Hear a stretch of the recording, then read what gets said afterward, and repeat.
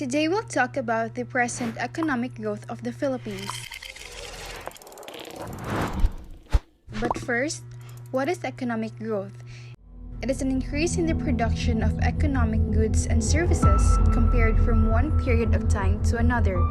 It is indeed vital for every country to focus on this since it reduces poverty, increases income, and improves government finances and education. It can also be measured through GDP or gross domestic product, and its importance can be attributed to the information it provides regarding the overall condition and size of an economy. The increase in the real gross domestic product is generally considered a positive indicator of the health of the economy. As we all know, the Philippines is one of the most dynamic economy in the Southeast Asian region, with increasing urbanization, growing middle class, and has slowly recovered from the impact of the COVID-19 pandemic. Like many other countries, the Philippines experienced a contraction in its economy in 2020 due to lockdowns and other measures implemented to control the spread of the virus.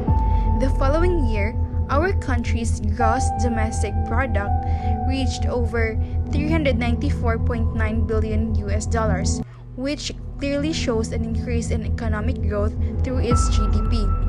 It is evident that our country has continued to grow, and as of now, its GDP growth remains at 7.6%. It is indeed important that our government should focus on implementing various measures to support the economy, like minimizing the challenges that face the country.